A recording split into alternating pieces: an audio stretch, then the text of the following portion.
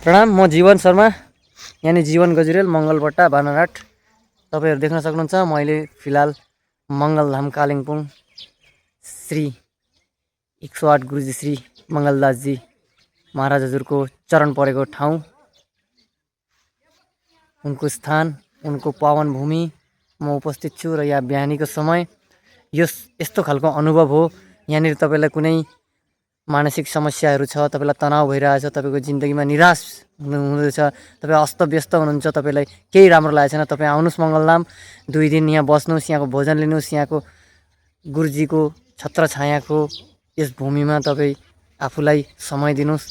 तपाईँको सम्पूर्ण समस्या हल भएर जान्छ भन्ने, तपाईँको मन विचलित भएको सब शान्त हुन्छ भन्ने पुरा हृदयबाटै आशा छ। किनकि यो एउटा यस्तो स्थान हो, यो भूमि हर समस्याको निवारण गरेर स्थापित भएको भूमि हो। र यहाँ मङ्गलदास गुरुजी हजुरको छत्रछायाको यो भूमि, तपाईँहरू आउनुहोस् र आफ्नो अशान्त विचलित मनलाई शान्त बनाउनुहोस्।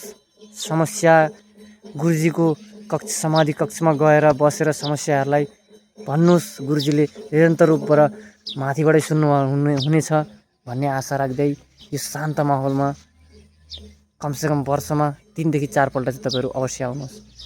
जय श्री कृष्ण, राधे राधे, जय हिन्द, जय भारत।